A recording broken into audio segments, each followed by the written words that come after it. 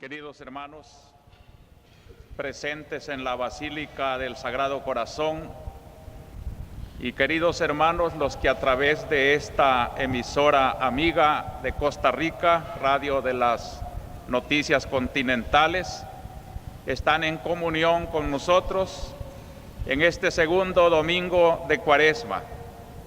Reciban ante todo un saludo fraternal desde la misma palabra de Dios, la que quiere iluminar la realidad de nuestro pueblo. Y ya que gracias a Dios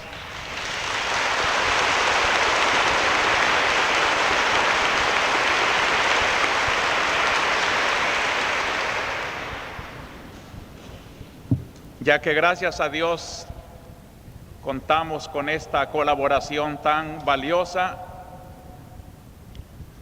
les suplicamos a los amigos fuera de nuestro país que sepan comprendernos y que nos muestren su solidaridad, sobre todo en la oración a ese Jesús de quien ha dicho el Padre Eterno en esta mañana: es el Hijo de mis complacencias, el elegido, a Él escuchad. No quiere ser otra mi palabra más que un eco humilde de esa palabra de Dios que se encarna en Cristo y que se hace luz, orientación de todos los pueblos, y que es el imperativo más urgente con que los hombres contamos de parte del mismo Dios, que nos ha ordenado escucharlo. La Cuaresma es una preparación para celebrar las fiestas de nuestra redención. Celebramos la redención. Por eso no puede desentenderse esta celebración de la Cuaresma de las circunstancias concretas en que los pueblos y los cristianos celebran una temporada tan significativa. La redención es lo mismo que la liberación, la salvación, y nuestro pueblo está necesitando cabalmente eso, su propia liberación.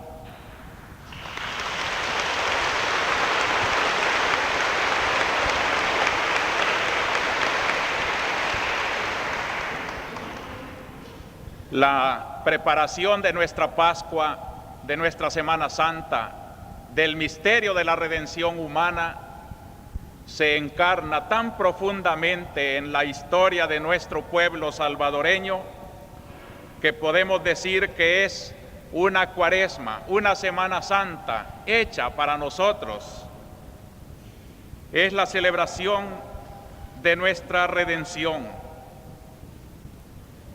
Y el Evangelio de hoy nos presenta a Cristo transfigurado, personificando allí la redención de los hombres, la esperanza de los pueblos.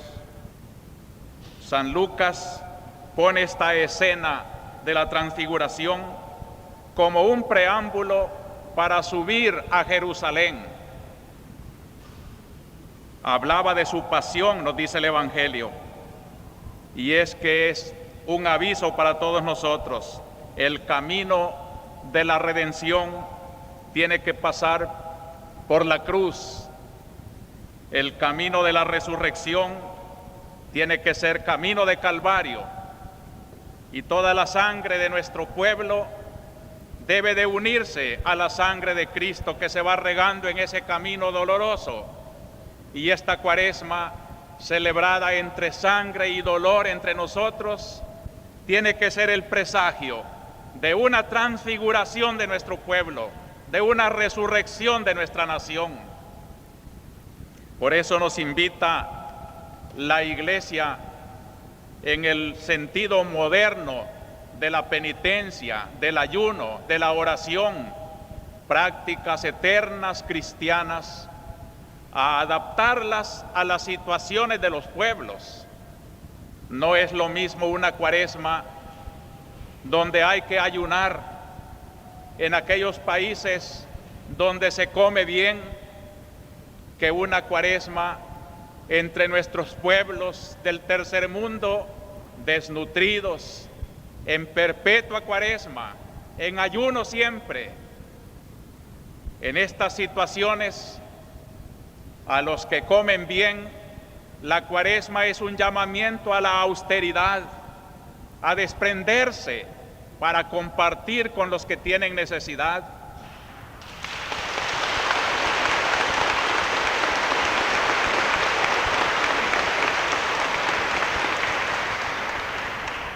En cambio, en los países pobres, en los hogares donde hay hambre,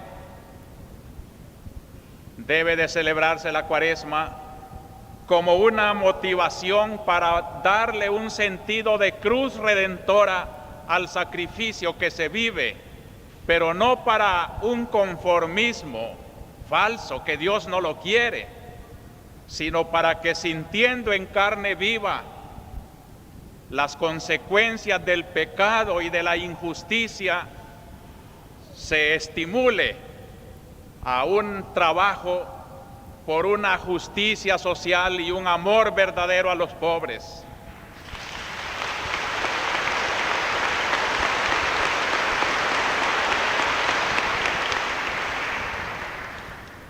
Nuestra cuaresma, pues, debe despertar el sentimiento de esa justicia social. Hacemos un llamamiento entonces para que nuestra cuaresma la celebremos así, dándole a nuestros sufrimientos, a nuestra sangre, a nuestro dolor, el mismo valor que Cristo le dio a su situación de pobreza, de opresión, de marginación, de injusticia, convirtiendo todo eso en la cruz salvadora que redime al mundo y al pueblo, y hacer un llamamiento también para que sin odios para nadie nos convirtamos a compartir consuelos y también ayudas materiales dentro de nuestras pobrezas, junto con quienes tal vez necesitan más. En este sentido, este domingo se inaugura la Semana del Sacrificio Voluntario, del cual al final de la homilía hablará, le suplico, a la señorita Refugio Álvarez, que es entre las principales promotoras de esta obra que habla muy alto de un cristianismo que sabe convertir en práctica de caridad y de amor su fe en Jesucristo. En este sentido también es hermoso leer cartas de comunidades cristianas como esta que llega de La Laguna en el departamento de Chalatenango. Por este medio nosotros, las comunidades cristianas de La Laguna, queremos solidarizarnos con las comunidades de Las Vueltas, Chalatenango, y ofrecerles nuestra ayuda moral, económica y alojamiento en nuestras humildes chozas a tan ultrajadas familias, de acuerdo a nuestra posibilidad, al mismo tiempo que condenamos esa persecución despiadada que están sufriendo de parte de cuerpos de seguridad y de partes de organizaciones de derecha, a la vez que condenamos y repudiamos los horrendos crímenes que son evidente violación de los derechos humanos, los cuales en este país se irrespetan, y también nos solidarizamos y denunciamos los asesinatos que sin escrúpulo y con lujo de barbarie se están cometiendo por estas localidades. Gesto precioso que yo agradezco y felicito, porque así es como hemos de vivir nuestra vida cristiana. También en este gesto de solidaridad de una cuaresma que quiere ser eco de la verdad de Cristo, una bonita carta de Potonico donde lamentan que esta emisora bombardeada, nuestra YSAX, haya hecho sentir al pastor como que le han cortado la lengua, y a nosotros, los que lo oíamos con tanto gusto, como que nos han destrozado los oídos. Y ofrecen su apoyo dentro de sus pobrezas para que dentro de poco nuestra muerta o matada YSAX resurja con más vigor que antes.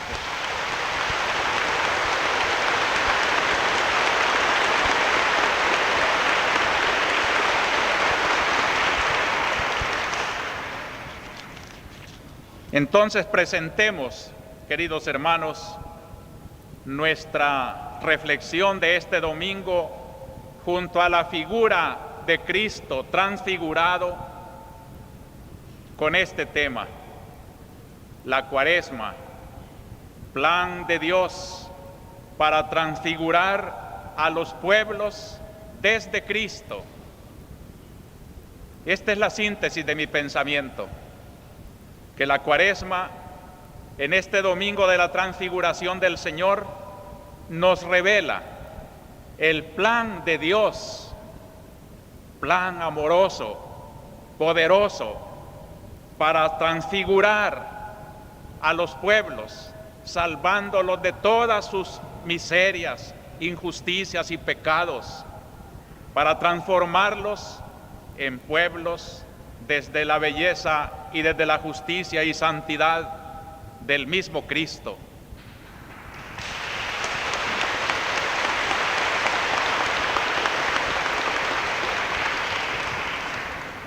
Y voy a desarrollar esta idea, como de costumbre, en los siguientes pensamientos. Primero, Cristo transfigurado, término y plenitud de la historia de Israel. Segundo pensamiento, en Cristo transfigurado, Dios ofrece a todos los pueblos un plan de liberación integral. Y tercero, Cristo transfigurado es la presencia anticipada de una liberación definitiva más allá de la historia. El primer pensamiento, pues, es que Cristo transfigurado es como el término y la plenitud de la historia de Israel. La historia de Israel es un elemento fundamental en la catequesis de la Cuaresma. Y es porque aquel pueblo que Dios escogió para ser su pueblo entre todas las naciones del mundo, lo quería Dios como para ensayar en él la liberación que luego iba a ofrecer en Cristo a todos los pueblos. Israel es como el modelo de la historia de la salvación, pero que después de Cristo se hace historia de salvación en las historias de todos los pueblos. Por eso no debe haber pueblo cristiano en Cuaresma que no se remonte a la historia de Israel para aprender en ese anticipo de Dios que fue el Viejo Testamento, todo lo que Dios quiere hacer hoy con todos los pueblos del mundo. Por eso la primera lectura de hoy nos presenta el inicio de esa historia de salvación en el patriarca y padre de toda aquella nación, Abraham. Hasta Abraham la historia natural era como el lienzo sobre el cual un pintor va a trazar un cuadro maravilloso que se llama la historia de la salvación. Sobre la historia universal, sobre la historia del mundo, Dios comienza con esa hebrita, Abraham, a tejer la maravilla de la historia de salvación que entrelazará a todas las historias de todo el mundo. Le hace Dios dos promesas según el rito de aquellos pueblos antiguos. Primero lo hace ver a las estrellas. Mira, cuéntalas si puedes, pues así, numerosas como esas estrellas, será tu pueblo, tu descendencia. Cualquiera diría que era una burla de Dios a Abraham, ya viejo y estéril, sin hijos, y le está prometiendo un pueblo, una descendencia tan numerosa como las estrellas del cielo. Y también le promete: te voy a dar esta tierra. Aquí va a vivir esa patria que van a ser de tus entrañas. Y eran pueblos que entonces Abraham consideraba pueblos ajenos, un peregrino de la historia, un hombre sin patria, sin suelo. Y le dice Dios: te voy a dar un pueblo numeroso y esta será la tierra, la patria. Naturalmente Abraham le dice al Señor: ¿cómo voy a conocer que esta verdad se cumplirá? Y entonces Dios le manda hacer ese rito de las antiguas promesas, de los juramentos antiguos. Trae unos animales y pártelos en dos.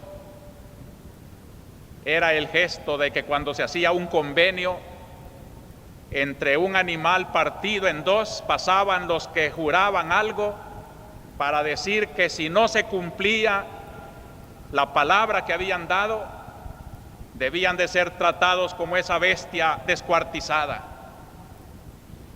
Y entonces, en el atardecer, la Biblia nos cuenta un gesto parecido al de Adán cuando va a nacer la primera mujer. Un sueño profundo, pero ve, sin embargo, el paso de Dios en forma de una humareda y de una antorcha que pasa entre los animales descuartizados. Como quien dice: Dios está jurando con el juramento que de costumbre, que su palabra no es mentira y que la doble promesa de una gran nación numerosa y de una tierra prometida se va a cumplir a su tiempo. Así nace el pueblo de Israel, en un pacto de Dios que pide a un hombre una fe. Esta será la característica, la fe. Y por eso Abraham no solo es padre de los judíos que nacieron para poblar aquella tierra, sino que es padre del nuevo Israel, el cristianismo, que nace precisamente por la fe. Nosotros cristianos, si creemos, somos hijos de Abraham, pertenecemos a la descendencia numerosa como las estrellas del cielo, y como las estrellas del cielo jamás acabará esa raza de la fe. Los cristianos, nadie los podrá acabar en el mundo.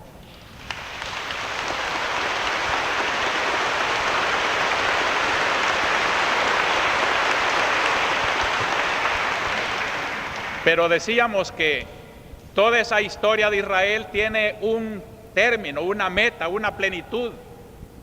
Y la razón de esa elección de Abraham, de esa tierra prometida, de esa raza privilegiada por el Señor, es porque en tu descendencia serán bendecidos todos los pueblos.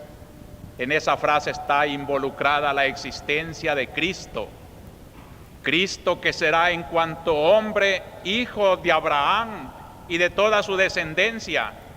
María, la Virgen escogida para darle carne al Hijo de Dios, es una israelita, es una hija de Abraham, es la flor en la cual fructifica la meta y el término, la gloria de toda la historia de Israel, Jesucristo nuestro Señor. Cuando vemos en el Evangelio de hoy dos figuras destacadas del Viejo Testamento, Moisés y Elías, el gran legislador del pueblo y el gran profeta del pueblo, vemos también esta gran verdad que estamos tratando de comprender, que Cristo transfigurado entre Moisés y Elías es la plenitud de toda la historia de Israel. Moisés y Elías, los patriarcas, los profetas, toda esa hebra de oro que Dios va tejiendo en la historia de Israel, tiene un objetivo: traernos al Redentor, hacer nacer de esa raza al Hijo de Dios hecho hombre. Pero ese Hijo de Dios hecho hombre está aquí, entre estos dos grandes personajes de las dos grandiosas cuaresmas de Israel: la cuaresma de Moisés, 40 años atravesando el Éxodo para llegar a la tierra prometida, y la cuaresma de Moisés en el monte Sinaí, 40 días y 40 noches hablando con Dios para traer de allá el decálogo a su pueblo. Y Elías, el que, hastiado de la vida por la persecución del pueblo, emprende una peregrinación casi hacia el suicidio. No soy mejor que mis padres, mándame la muerte. Y se acuesta junto a un arbusto del desierto a esperar la muerte, cuando un ángel misterioso lo despierta y le dice: come.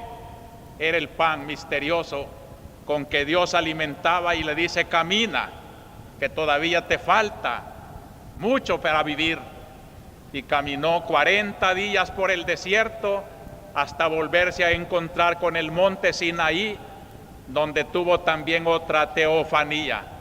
Sintió un huracán, pero Dios no estaba allí. Sintió un terremoto, pero Dios no estaba en el terremoto.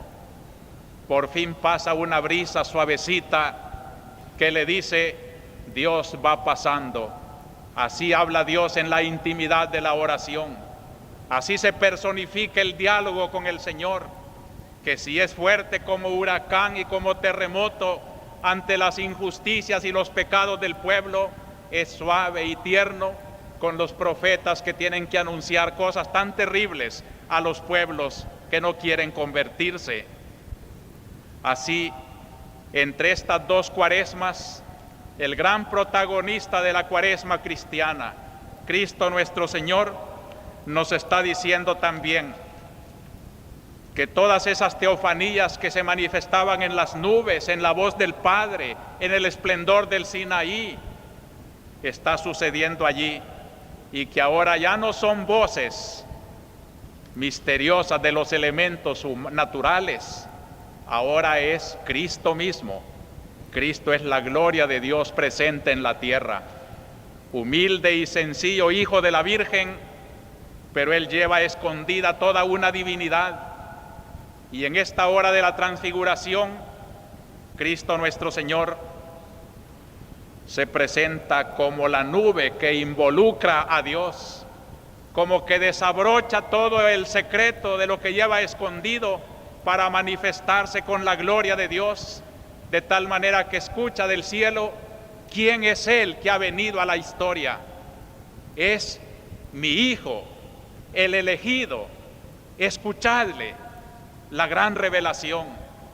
Dichosos los cristianos que no esperamos a Cristo como lo esperaron los israelitas, sino que lo vivimos ya presente en nuestra historia. Hablaban con Moisés y Elías un lenguaje doloroso, la pasión, y lo presenta San Lucas. Hablaban de su éxodo, de su salida de este mundo, salida en dolor, salida en cruz, salida humillado, pero para resucitar en la gloria de una Pascua que no se acabará más. Esa es la señal de todos los pueblos que Dios ama: sufrir dolores de parto, porque van a producir nuevas generaciones, nuevos pueblos. Procuremos, hermanos, que Cristo esté en medio de nuestro proceso popular. Procuremos que Cristo no se aleje de nuestra historia. Esto es lo que más interesa en este momento de la patria: que Cristo sea gloria de Dios, poder de Dios, y que el escándalo de la cruz y del dolor no nos haga huir de Cristo, botar el sufrimiento, sino abrazarlo.